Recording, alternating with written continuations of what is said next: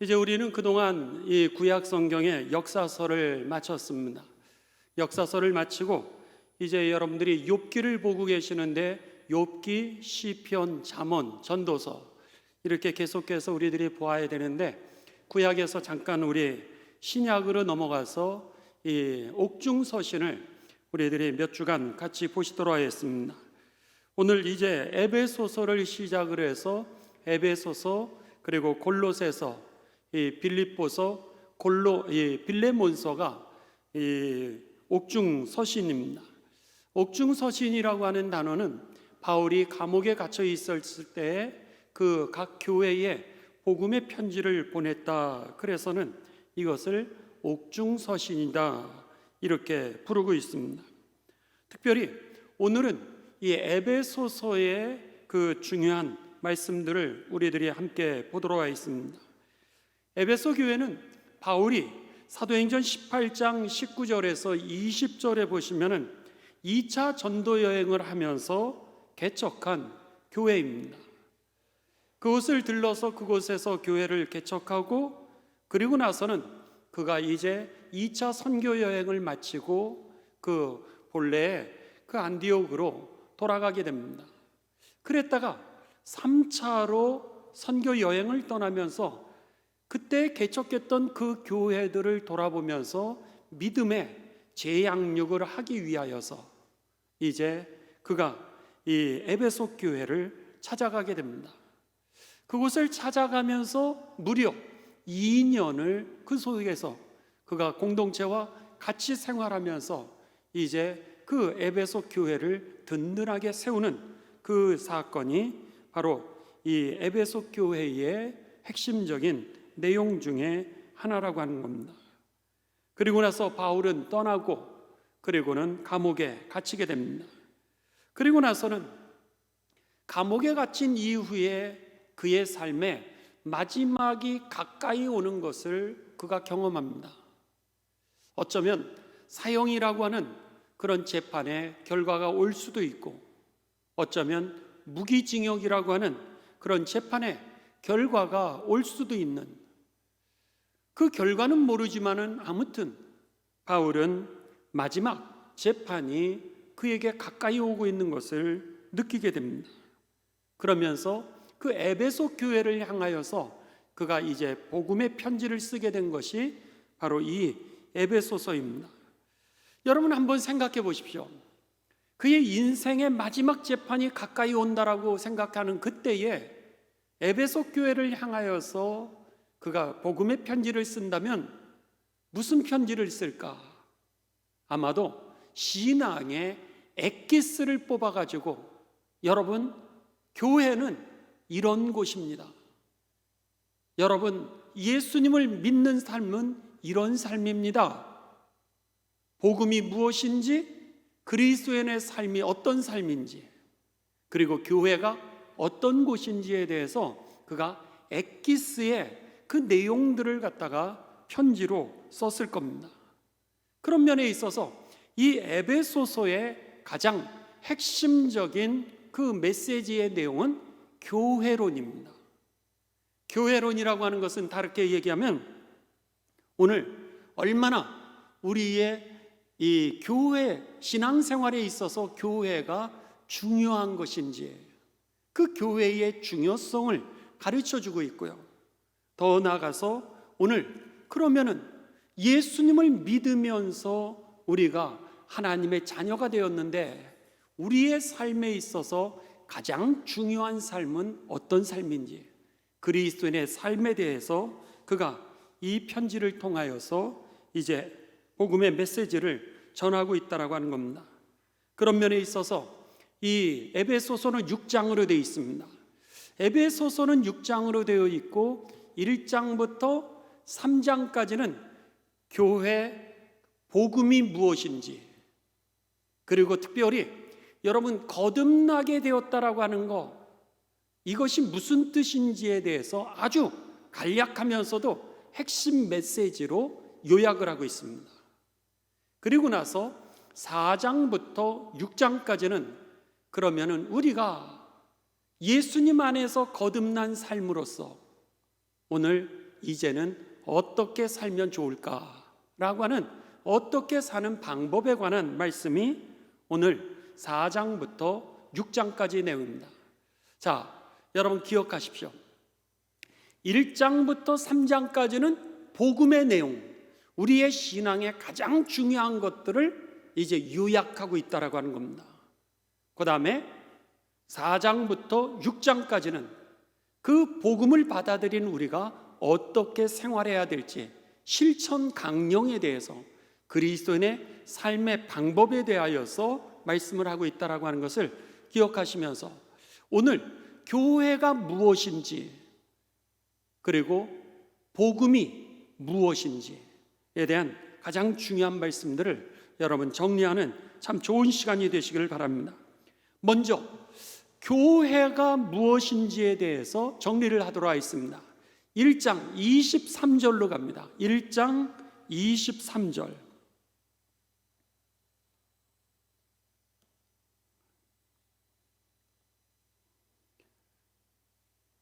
(1장 23절) 여러분 우리가 이제 같이 봉독하도록 하겠습니다. 1장 23절 시작. 교회는 그의 몸이니 만물 안에서 만물을 충만하게 하시는 이의 충만함이니라. 아멘. 어렵죠? 교회는 그의 몸이니, 여기 그라고 하는 것은 예수 그리스도의 몸이니 라고 하는 뜻입니다. 교회는 예수 그리스도의 몸이니. 그 다음에 그 다음 단어들이 어렵습니다. 만물이라고 하는 것은 세상이라고 하는 뜻이죠. 온 세상이라고 하는 뜻입니다. 온 세상 안에서 세상을 충만하게 하시는 이, 이게 뭐죠? 그리스도죠. 세상을 온전하게 하시는 이라고 하는 그런 표현입니다. 그분의 온전함을, 그러니까 세상 안에서 세상을 충만하게 하시는 그리스도의 그 충만함으로 가득 찬 곳이 어디다? 교회다. 그런 표현입니다. 굉장히 어렵게 이것을 갖다가 개역 성경에서는 번역을 했는데, 여러분 이것을 갖다가 공동 번역, 개신교와 천주교가 같이 번역을 했습니다. 개신교와 천주교가 같이 번역을 했는데 여기에서는 조금 더 이것을 갖다가 쉽게 번역을 했습니다. 그 뜻에 합당한 모습으로 쉽게 번역을 했는데, 지금 화면에 나오는 것이 개신교와 천주교가 공동으로 이제 번역한 그 내용입니다. 자, 한번 보시죠. 교회는 뭐냐면 그리스도의 몸이며, 두 번째는 만물을 완성하시는 분의 계획이 그 안에서 완전히 이루어지는 것이 바로 교회라는 거예요. 아멘이시죠? 그러니까는 교회는 뭐냐 하면 그리스도의 몸이라는 거예요. 그리스도는 우리를 위해서 뭐 해주셨어요? 우리들의 죄값에 대하여 피로, 예수님의 피로 우리의 죄값을 치러주시고 우리를 죄에서 구원해 주신 분이 예수님이시죠. 네, 화면에 그냥 그 성경 기절을 열어주시 바랍니다. 그러니까 교회는 그리스도의 몸이라는 거예요. 결국 교회를 통하여서 구원의 역사가 이루어진다는 표현이죠. 그리고 만물을 완성하는 것, 만물을 완성하는 건 뭐예요? 하나님의 나라를 회복하는 겁니다. 잃어버렸던 하나님의 나라를 되찾는 것. 그런데 그 만물을 완성하시는 그 하나님의 계획, 하나님 나라의 회복이라고 하는 그 계획이 바로 예수 그리스도 안에서, 그리스도의 몸인 교회 안에서 완전히 이루어지게 되는 것입니다. 그러니까는 교회를 통하여 하나님은 구원을 이루시고 구원받은 우리를 통하여서 온 세상에 여러분의 가정과 기업과 세상 가운데 잃어버린 하나님의 나라를 되찾게 하시는 것, 바로 그것이 교회라고 하는 겁니다. 그러니까는 이 교회가 얼마나 중요한지에 대해서 바울은 이제 감옥에서 여러분이 교회입니다 뿐만 아니라 여러분이 함께 모이고 있는 이 공동체가 얼마나 중요한 건지 모릅니다.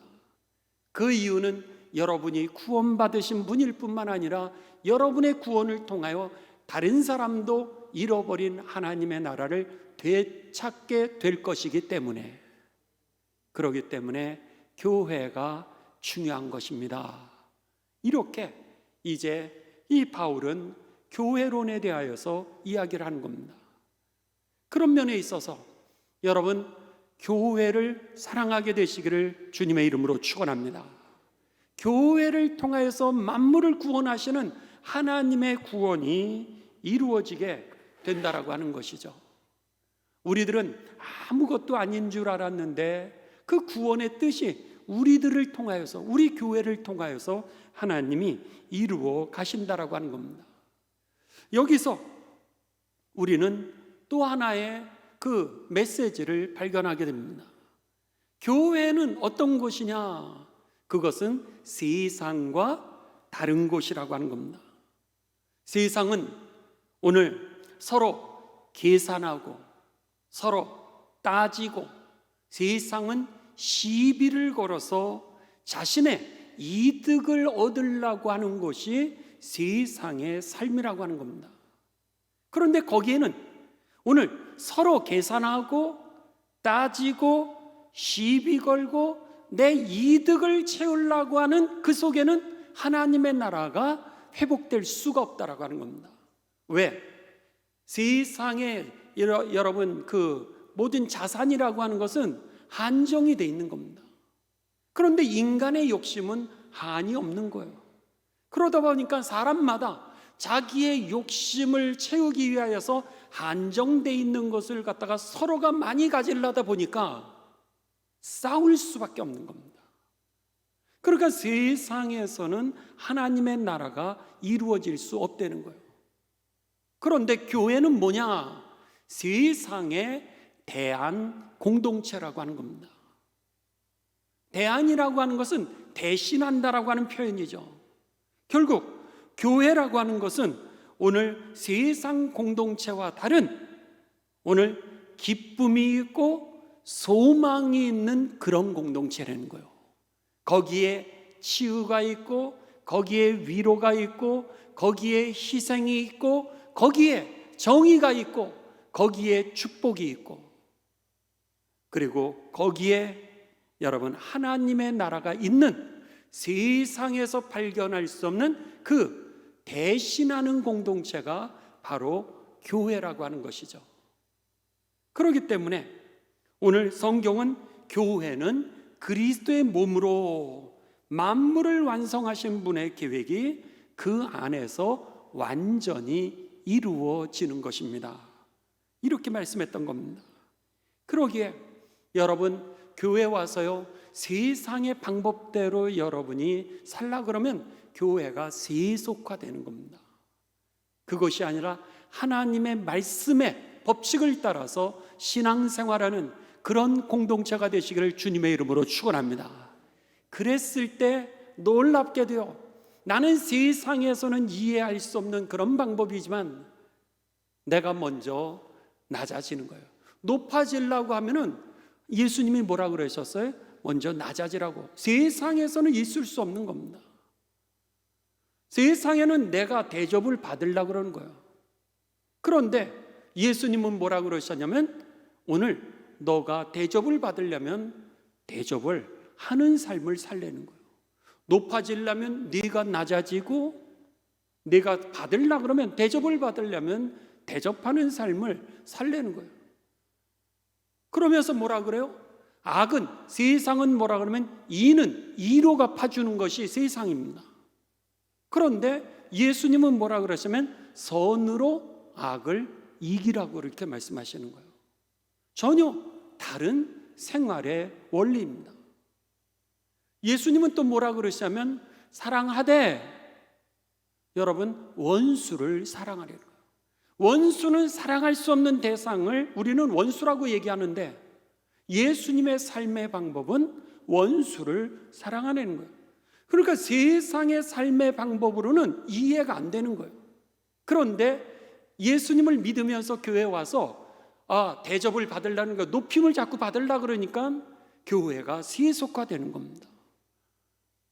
교회에 와서 자꾸 내가 어떤 사람인데 라고 하는 것을 드러내면서 내가 대접을 받으려니까 교회가 자꾸 세속화가 되는 겁니다.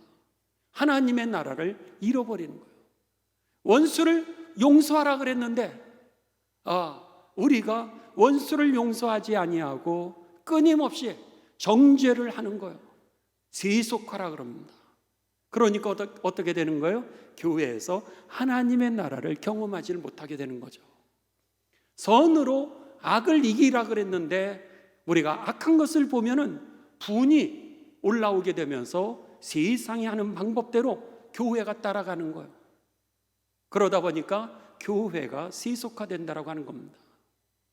오늘 성경은 우리들에게 교회는 그리스도의 몸으로서 오늘 세상의 대한 공동체라는 거예요.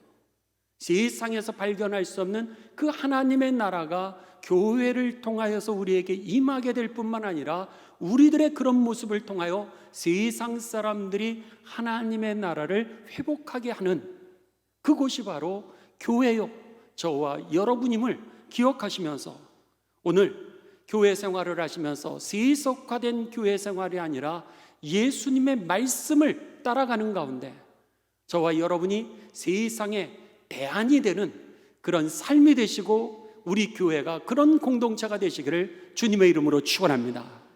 그랬을 때 오늘 권사님 기도해 주신 것처럼 세상에 상처받은 사람들이 그리스도인들을 통하여서 보호함을 받게 되고 세상에서 좌절하고 절망한 이들이 교회에 오게 되면 잃어버렸던 하나님의 나라를 회복하게 되면서 저들이 새 출발할 수 있게 하는 것, 이것이 바로 교회이기에 오늘 바울은 에베소 교회에 그 에베소 공동체에 이 복음의 서신을 통해서 무엇이라고 얘기하냐면 여러분 교회가 얼마나 중요한지 모릅니다. 그러니 교회를 사랑하시고 그리고 교회에서 여러분들이 신앙생활 열심히 잘하길 바랍니다. 이것이 바로 바울의 첫 번째 메시지였던 것이죠. 그렇게 되시기를 주님의 이름으로 축원합니다. 자, 두 번째는 교회를 통하여서 이제 하나님이 또 우리들에게 주시는 그 신령한 복에 대하여서 이렇게 가르쳐 줍니다. 3절입니다. 에베소서 1장 3절.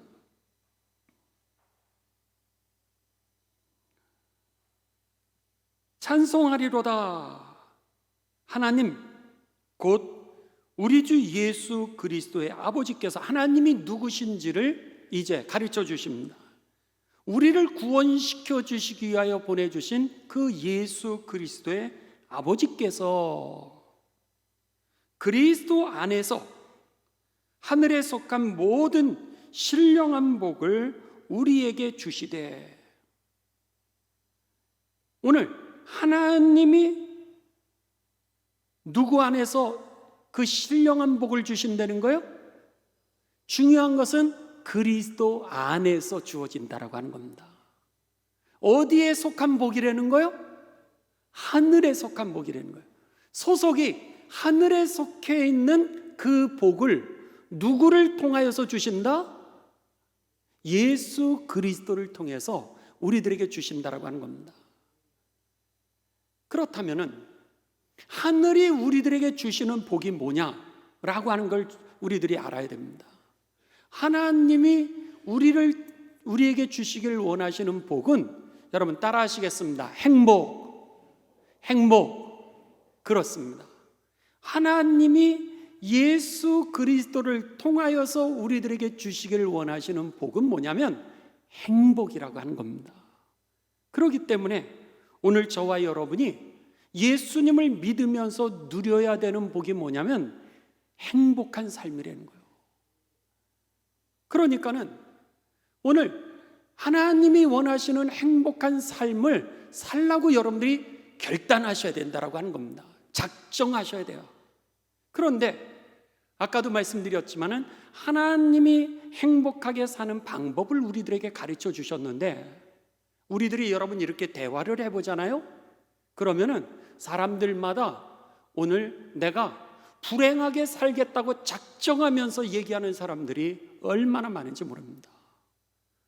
마치 그게 행복한 것처럼 생각을 합니다. 여러분 조금 여유 있게 사시기를 주님의 이름으로 축복합니다. 그게 행복 아니겠어요? 하나님의 에덴 동산에서 즐겁게 살고 그리고 여유 있게 사는 게 하나님이 주신 복일진데, 좀 여유 있게 살아요 이렇게 얘기하면 뭐라면 집에 가면 얼마나 일이 많은지 몰라요. 아이고 바빠서 못 살아 죽겠어요. 아니 그럼 일을 줄여야 되는 거잖아요. 일을 줄일 생각을 해야 되는데 돈을 더 많이 벌을 생각 때문에 내가 죽어가는데도 불구하고 그 돈을 놓지를 못하는 거예요. 그러니까는 상담을 받으면서도 우리들이 그것을 갖다가 놓지를 못하니까 결국은 어떻게 되는 거예요? 행복한 삶을 나는 그냥 포기하면서 살아가는 적이 얼마나 많은지 모릅니다. 예수님이 그러시잖아요. 사랑하면서 살아요. 용서하면서 살아요. 그렇게 얘기하는데 그 인간 변화되기 전까지는 난 죽어도 용서를 못한다는 거예요. 그러니까 그 인간 안 변화되면은 나는 죽을 때까지 이렇게 불행하게 살겠다라고 하는 결단을 하면서 사는 거예요. 그런 겁니다. 오늘 그리스도 안에서 우리들에게 신령한 하늘의 복을 주셨던 그 복의 내용은 사실상 우리가 행복하게 사는 거예요. 그래서는 이제 창세기 1장 26절, 27절, 28절에 보면은요, 하나님이 우리들에게 이렇게 말씀하셨습니다. 하나님의 형상으로 남자와 여자를 창조하시고 저들에게 복을 주시되, 그 다음에 뭐예요? 생육하고 번성하고 충만하고 다스리라. 이 다스리라고 하는 것은 돌보라 이런 표현들입니다. 생육하려는 거요. 잘 먹고 잘 살려는 거요. 번성하려는 거요. 자녀 낳고 부부 생활 잘하면서 살려는 거요. 그런데 여러분 오늘 이 우리가 잘 먹고 잘 사는 좀 여유 있게 살아갈 필요가 있고 좀 베풀면서 살아야 되는데 우리들이요 이른 아침부터 밤까지 죽으라고 일만 하잖아요. 돈을 버는 재미는 있을런지 모르지만 내 몸은 다 병들어가고 있는데 오늘 우리들은 쉬지를 못하는 겁니다. 집에 여러분 통장은 이렇게 꼭꼭꼭꼭 숨겨두고 돈은 쌓아서 마음은 편안한 것 같은데 본인은 라면 먹고 사는 사람이 얼마나 많은지 몰라요. 잘 좀 잡수십시오. 자녀들 여러분 우리가 유산 물려주는 것도 중요합니다. 근데 여러분도 유산 없이 여기까지 왔잖아요. 이런 고생을 좀 덜하게 하려고요. 그 마음은 좋지만 여러분 그들도 하나님이 먹이시고 입히실 줄을 믿습니다. 두려워하지 말라 그랬는데 왜 두려워하세요? 그러니까 내 대에서 가난의 대를 끊는 건 좋지만 여러분도 하나님이 구원하신 이유는 행복하게 살라고, 여러분도 좀 잘 살라고. 그러니까 잡수시고 싶으신 거 좀 잡수시면서 사시고요. 너무 인색하게 여러분만 먹고 살지 마시고 좀 옆에 있는 사람들, 가난한 사람들, 고통받는 사람들, 상처받는 사람들, 여러분 그들을 위해서 좀 베풀면서 사세요. 그랬을 때 우리가 가치 있는 삶을 살게 되고 인간다운 삶도 살게 되고요. 이렇게 되지 않겠습니까? 이게 바로 행복이라고 하는 거예요. 그런데 예수님을 믿으면서도 여전히 우리들의 삶은 작정을 하고 나는 불행하게 살겠다고 이렇게 하면서 변화되지를 않는 거예요. 말씀대로 살지를 않는 겁니다. 그러니까 지금 이 본문에서는 뭐라면 하나님이 여러분에게 복을 주시되 그리스도를 통하여 하늘의 신령한 복을 주신, 신령한 복이 뭐겠어요? 잃어버린 하나님의 나라를 여러분들이 회복하고 그리고 행복하게 살아가는 거죠. 그렇기 때문에 그리스도인의 삶의 방식을 우리들에게 가르쳐 주는데, 여러분 행복하게 사실 주님의 이름으로 축복합니다. 자, 옆분들하고 우리 행복하게 살아요. 좀 인사 좀 하시죠. 자, 우리 2층도 여러분 행복하게 살아요. 행복하게 사십시오. 그게 하나님이 예수님을 우리들에게 보내주신 그 이유였던 거예요. 자, 계속해서 갑니다. 3절. 하나님 곧 우리 주 예수 그리스도의 아버지께서 그리스도 안에서 하늘에 속한 모든 신령한 복을 우리들에게 주시되, 4절. 곧 창세전에 그리스도 안에서 우리를 택하사, 처음부터 하나님은 이렇게 우리를 구원하셔서 우리를 행복하게 살도록 처음부터 그런 계획을 하셨다는 거예요. 그게 창세기 1장 26절에서 28절, 하나님이 하나님의 형상대로 남자와 여를 창조하시되 복을 주시되 생육하고 번성하고 충만하고, 바로 그거죠. 창세전부터 우리를 택하사 우리로 사랑 안에서 그 앞에 거룩하게 살아가고 죄 가운데 살아가지 않는 거죠.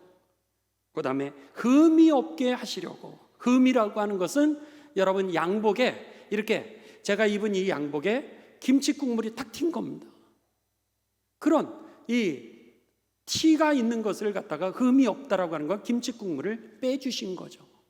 그러니까 죄 가운데 살아가지 아니하도록, 우리들이 범죄하지 않으면서 살아가도록, 그 말씀이 바로 여기에 나와 있는 이 흠이 없게 하시려고. 5절.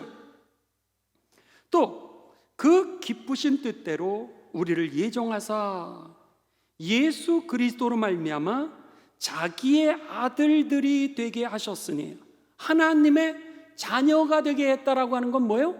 하늘나라의 유산을 여러분 저들에게 다 물려줄 수 있도록 하셨다라고 하는 겁니다. 하늘나라의 유산이 뭐죠? 하나님의 나라죠. 아멘이시죠? 그러니까 믿음의 핵심, 예수 그리스도를 통하여서 우리들에게 주어지게 되는 결론의 핵심은 뭐였던 거예요? 하나님의 나라를 회복할 수 있도록 우리를 예수 그리스도 안에서 하나님의 자녀로 삼아주신 것, 이게 바로 우리들이 얘기하는 구원이라는 거예요. 죄 때문에 하나님의 나라를 잃어버렸어요. 죄의 노예가 되고 죄를 가져다 준 사탄의 노예가 되었던 겁니다. 거기서 막 허우적거리고 살았던 우리들에게 하나님께서 예수 그리스도를 통하여서 우리를 건져주신 거예요. 그래서 하나님의 자녀로 다시 여러분 회복시켜 주신 것, 이것을 갖다가 우리는 구원이라고 표현하는데, 이것이 뭐예요? 하나님의 자녀로 우리를 삼으셨다라고 하는 거. 이게 바로 예수님을 믿는 그 믿음의 결론이었던 겁니다. 하나님의 자녀가 되고 나니까 기쁨이 회복되는 거예요. 그걸 뭐라 그래요? 우리는 은혜를 받고 보니까 환경은 똑같은데 내게 기쁨이 넘치는 거죠. 환경은 똑같은데 감사가 넘치는 거예요. 환경은 똑같은데 신기하게 돼요. 내 안에서 속에서부터 흘러나오는 찬송이 넘치는 거예요. 하나님의 나라가 회복되기를 시작했던 겁니다. 세상에서, 그러니까 상처에서 다시 일어나게 되고, 미움에서 사랑하게 되고, 좌절과 절망에서 여러분 희망과 소망을 가지면서 살면서 당당한 가난한 사람, 당당한 부자, 여러분 그렇게 살아갈 수 있게 되었던 것이죠. 그래서 하나님의 나라는 오늘 우리가 죽어서만 가는 것이 아니라 요한복음 성경에 뭐라 그래요? 바로 네 안에 있느니라. 우리 안에서부터 하나님의 나라가 시작되면서 내가 거룩해지고 하나님 나라에 들어가기에 합당한 모습으로 온전히 변화되어 가면서 하나님의 나라에 우리가 입성하게 되는 것이죠. 그런데 이미 하나님의 나라는 내 안에서 시작된 이 사건은 예수님을 믿으면서 우리들에게 은혜가 주어지게 되면서 이것을 뭐라 그래요? 거듭났다, 이렇게 얘기를 하는 겁니다. 거듭나게 되면서 내 안에 기쁨과 감사와 소망이 넘치게 되었던 거죠. 그렇게 되면서 6절, 하나님의 자녀가 되면서 우리들에게 6절에 이런 결과의 삶이 나타나기를 시작합니다. 이는 그가 사랑하는 자 안에서 우리에게 거저 주시는 바, 거저가 뭐죠? 공짜라고 하는 거죠. 예수 그리스도 안에서 우리에게 공짜로 주셨는데 그의 은혜의 영광을 찬송하게 하려 하는 것이라. 은혜를 우리들에게 베푸심으로 인해서 우리의 삶이 어떻게 달라진다는 거예요? 하나님의 은혜의 영광을 찬송하면서 살게 된다는 거죠. 그러니까 오늘 우리들의 삶은요, 거듭나게 되면 행복하게 찬송이 터져 나오게끔 되어 있다는 겁니다. 오늘 여러분 그뿐이 아닙니다. 12절로 갑니다. 12절. 자, 다 같이 읽습니다. 12절 시작. 이는 우리가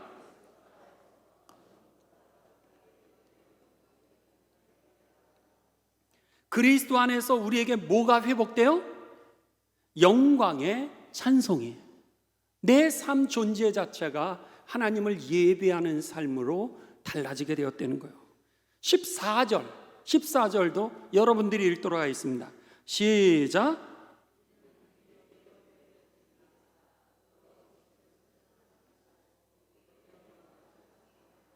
신기하죠? 우리가 구원을 받으면서 우리들에게 나타나는 그 열매가 뭐였냐면 하나님을 찬송하면서 사는 삶이라고 하는 겁니다. 그 찬송은 우리 속에서 나오는 그 기쁨이죠.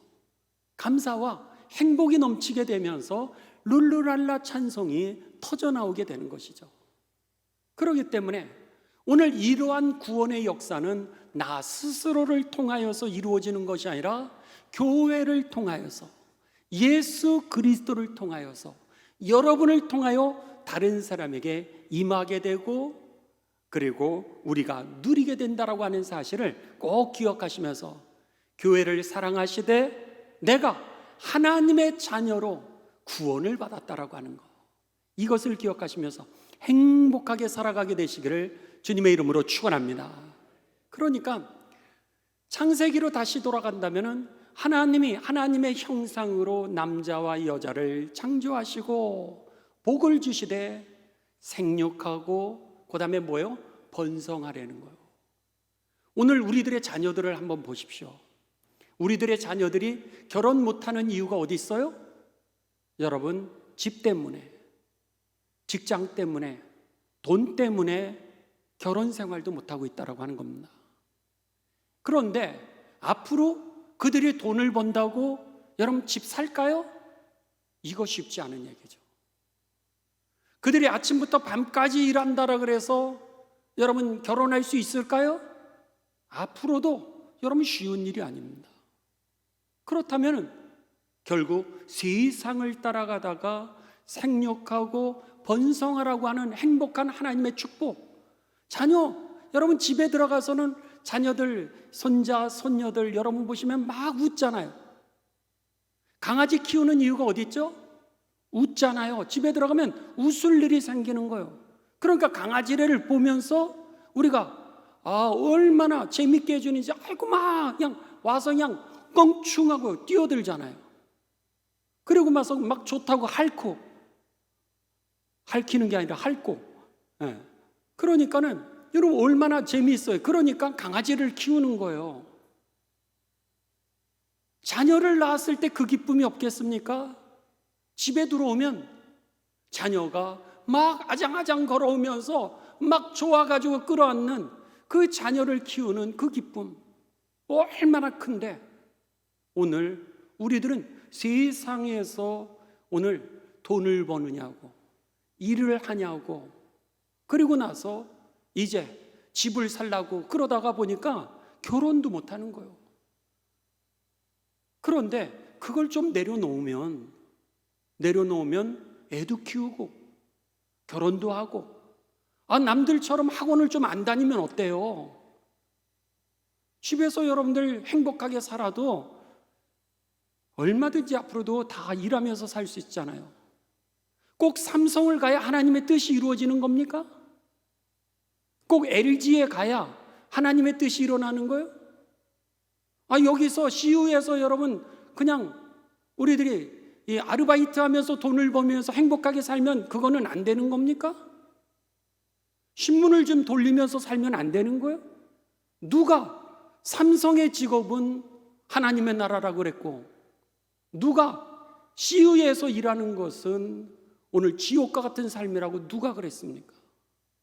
작게 벌어도, 가난해도 여러분 사람들 도와주면서 행복하게 살아가는 사람들 얼마든지 많은데, 세상은 우리로 하여금 꼭 돈을 많이 벌고 좋은 직장, 내 때로 명예, 이런 독을 우리들에게 뿌렸던 거예요. 그러다 보니까 옆에서 공장에서는요, 정말 일자리가 너무너무 많고 사람을 못 구해서 뿐인데 거기는 안 가려고 그러는 거예요. 다 대기업만 가려다 보니까는 그들이 들어가질 못하고 오늘 주저앉는 젊은이들이 얼마나 많은지 모릅니다. 하나님은 그것을 위해서 우리들에게 창조하신 게 아니에요. 그 돈 버는 거, 일하는 거, 은사, 이런 것들은 하나님의 영광을 찬송하도록 우리들에게 주신 도구일 뿐이라는 거예요. 좀 가난해도, 좀 불편하게 살아도 되잖아요. 꼭 다 편해야 되는 겁니까? 병들면 안 되는 거예요? 자녀가 좀 없으면 안 되는 거예요? 우리들이, 여러분 부부관계도 그렇습니다.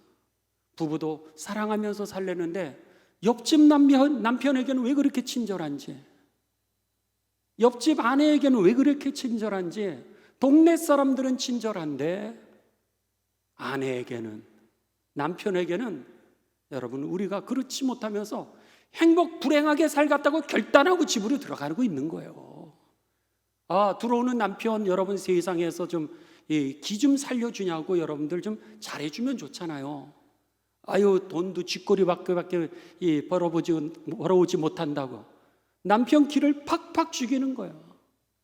그러니까 불행하게 살겠다고 작정하면서 사는 거예요. 예수님을 믿으면서.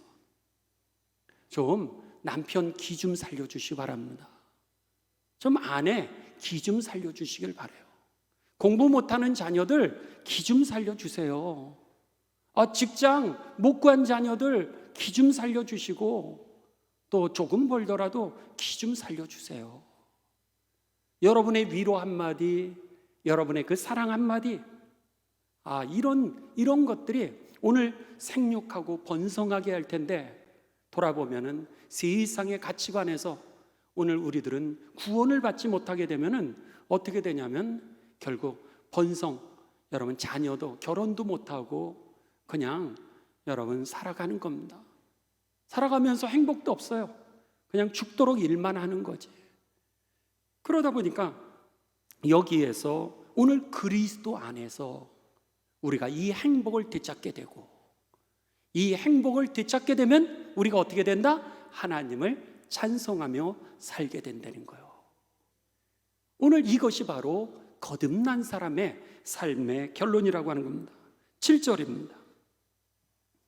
우리는 그리스도 안에서 그의 은혜의 풍성함을 따라서 그의 피로 말미암아 속량 곧 죄사함을 받았느니라.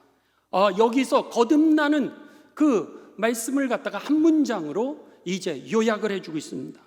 거듭난다라고 하는 게 뭐냐? 구원을 받는다라고 하는 게 뭐냐? 우리는 그리스도 안에서, 예수 그리스도를 통해서, 그런 표현입니다. 그의 은혜라고 하는 것은 값없이 준다라고 하는 표현이죠. 공짜로 준다라고 하는 표현입니다. 선물을 줬다라고 하는 그런 표현이에요. 그리스도 안에서 그가 주시는 공짜에 정말 값없이 주시는 그 선물의 풍성함으로 인해, 그런데 그 풍성한 게 어떤 거였냐면 그의 피로 말미암아 속량이 뭐죠? 대신 갚아줬다, 그런 표현입니다. 대신 갚아줬다는 거예요. 예수님의 피로 말미암아 대신 우리의 죄값을 갚아주심으로 인하여 죄로부터 우리를 구원하였느니라. 그러니까는 오늘 우리들이 구원이라고 하는 것이 뭐냐면 예수님이 우리의 죄값을, 피값을 예수님의 피로 갚아주셨던 거예요. 그러므로 인하여서 이제 우리를 갖다가 되찾아오신 것을 의미한다라고 하는 겁니다. 이 표현은 여러분 레위기에 나오는 그런 말씀입니다. 레위기에 나오는 이 말씀을 여러분 우리가 좀 함께 보실 필요가 있습니다. 자, 우리 성경을 좀 찾도록 하겠습니다. 레위기 25장, 이거는 하나 옆에다가 여러분 써놓으셔도 됩니다. 1장 7절 옆에다가 이 레위기 25장 23절에서 25절, 우리 오늘은 여기까지 보고 우리들이 다음 주에 이어가도록 하겠습니다. 레위기 25장 23절에서 25절. 자, 구약에서는요 하나님이 이스라엘 백성들에게 선물을 주셨는데 바로 땅이라고 하는 것을 주셨습니다. 그래서 하나님이 소유하고 있는 땅을 각 사람들에게 다 주셨어요. 그러니까는 그 소유는 누구예요? 땅의 소유자는, 정말 주인은 누구죠? 하나님이신 거예요. 하나님이 각각에게 그 땅을 이렇게 맡겨주셔서 그 땅을 경작하면서 그들이 먹고 살도록 하셨어요. 그랬는데 이들이 이제 경영을 잘못해가지고 돈이 부족하게 됐습니다. 그래서는 그 돈이 부족하게 되니까 이웃에게 이제 돈을 꼬아야 되잖아요. 꼬아야 되니까 그들에게 내 땅을 갖다가 이제 경작권을 그 사람들에게 넘겨준 겁니다. 이걸 판 거는 아니에요. 단지 임시적으로 내가 돈을 갚을 때까지 이 경작권을 상대방에게, 돈을 빌린 사람에게 내가 이제 넘긴 겁니다. 그러니까 나는 소장농이 되었던 거죠. 그랬는데 어느 날 내가 돈이 생기면 그 땅의 값을 치르고 이 땅을 다시 되찾아오는 것, 이것을 속량이라고 합니다.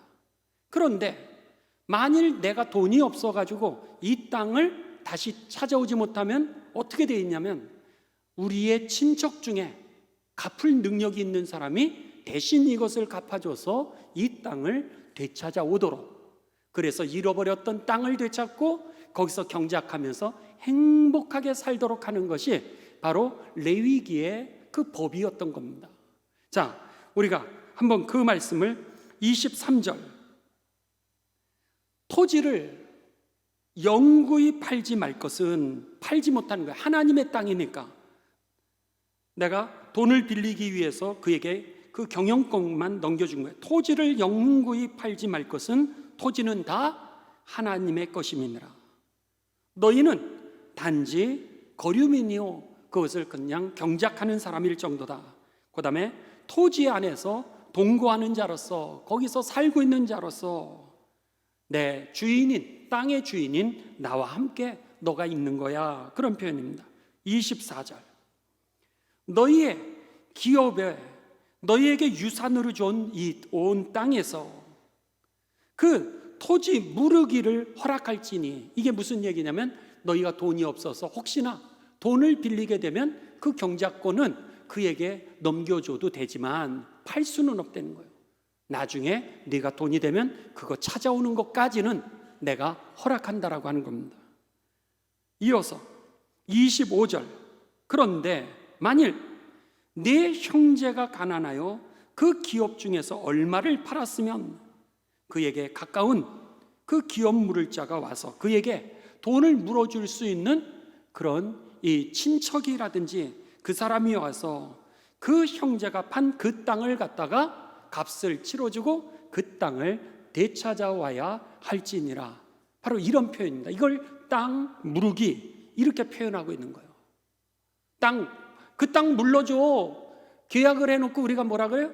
그 땅 좀 물을 수 없겠냐고, 그 계약 물을 수 없겠냐고 이렇게 얘기를 하잖아요. 바로 그런 표현입니다. 이것이 바로 구약에서 사람들을 갖다가 잃어버린 땅을 되찾아 행복하게 잘 살게 하는 구원의 방법이었던 거예요. 내가 돈이 있으면 내가 그 땅을 값을 치르고 땅을 찾아오게 하거나, 내가 정 돈이 없을 경우는 우리의 친척 중에서 돈 있는 사람이 그 값을 치러주고 땅을 되찾아와서 그 자신의 가족들이 잘 살 수 있도록 하는 게 구약의 법이었던 거예요. 잘 살게 하는 법이었던 거죠. 그랬는데 이것이 신약으로 넘어오게 됩니다. 신약에서는 이것을 뭐라 그러면, 우리가 죄로 인하여 죄값을 치르게 된 게 뭐예요? 사탄의 노예가 되어서 우리가 죽음을 가지게 되었던 거예요. 그랬는데 나 스스로 이 죄값을 치를 능력이 없는 거예요. 그러니까 친척 중에서 누가 돈 있는 사람이 나를 갖다가 이 죄값을 치러줘야 되잖아요. 그런데 우리 친척 형님 대신은 예수님이 피로 우리의 죄값을 치러주시고, 그리고 나서 우리를 갖다가 사탄으로부터 우리를 갖다가 다시 되찾아온 것, 값을 치러주고 우리를 잃어버린 하나님의 나라를 되찾게 했던 이 사건을 예수 그리스도의 속량의 사건, 십자가 사건이라고 그랬던 겁니다.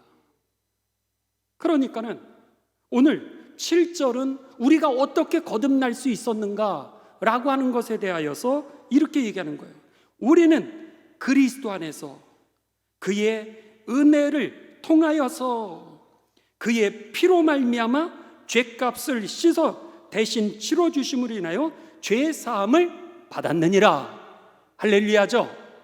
우리는 이미 예수 그리스도 안에서 죄사함을 받은, 거듭난, 구원받은 하나님의 자녀임을 확신하시기를 주님의 이름으로 축원합니다. 그렇기 때문에 이제는 여러분 행복하게 사시면 되는 거예요.